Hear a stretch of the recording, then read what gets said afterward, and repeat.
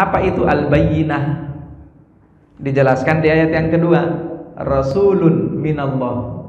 Al-bayyinah itu adalah rasul dari Allah. Siapakah dia? Muhammad sallallahu alaihi wasallam.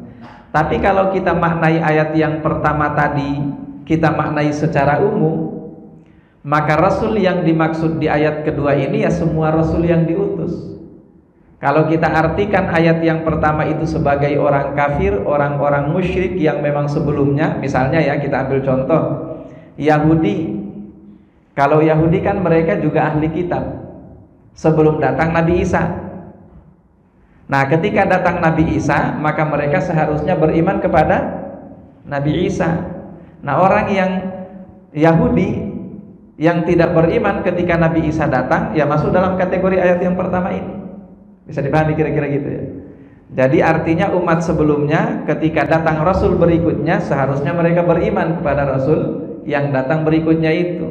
Karena itulah al-bayyinah.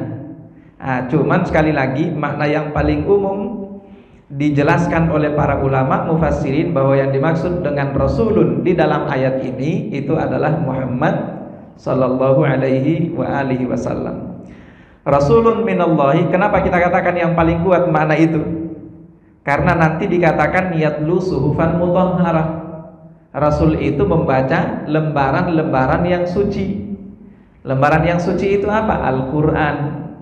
Kenapa dimaknai Al-Quran? Karena fiha kutubun qayyimah.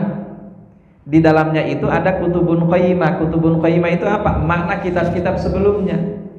Nah, sekarang pertanyaannya, kira-kira sebelum Al-Quran turun, kira-kira kitab yang turun berikutnya kira-kira memuat makna kitab sebelumnya apa enggak? Dan jadi pertanyaannya, misalnya Taurat kan turun sebelumnya. Begitu Injil turun, kira-kira Injil ini memuat ajaran Taurat juga apa enggak? Dan jadi pertanyaannya. Nah, jelas bahwa kitab Injil ini tidak memuat semua ajaran Taurat. Karena satu-satunya kitab yang memuat ajaran dari kitab sebelumnya itu Al-Quran. Bisa dipahami ya? Nah, oleh karena satu-satunya kitab yang memuat ajaran kitab-kitab sebelumnya hanya Al-Quran, maka yang dimaksud dengan fiha kutubun qayyimah itu Al-Quran. Nah, kalau yang dimaksud dengan fiha kutubun qayyimah itu Al-Quran, berarti Rasul yang membacanya siapa? Rasul yang membacanya jelas adalah Muhammad sallallahu alaihi wasallam. Mudah-mudahan bisa dipahami.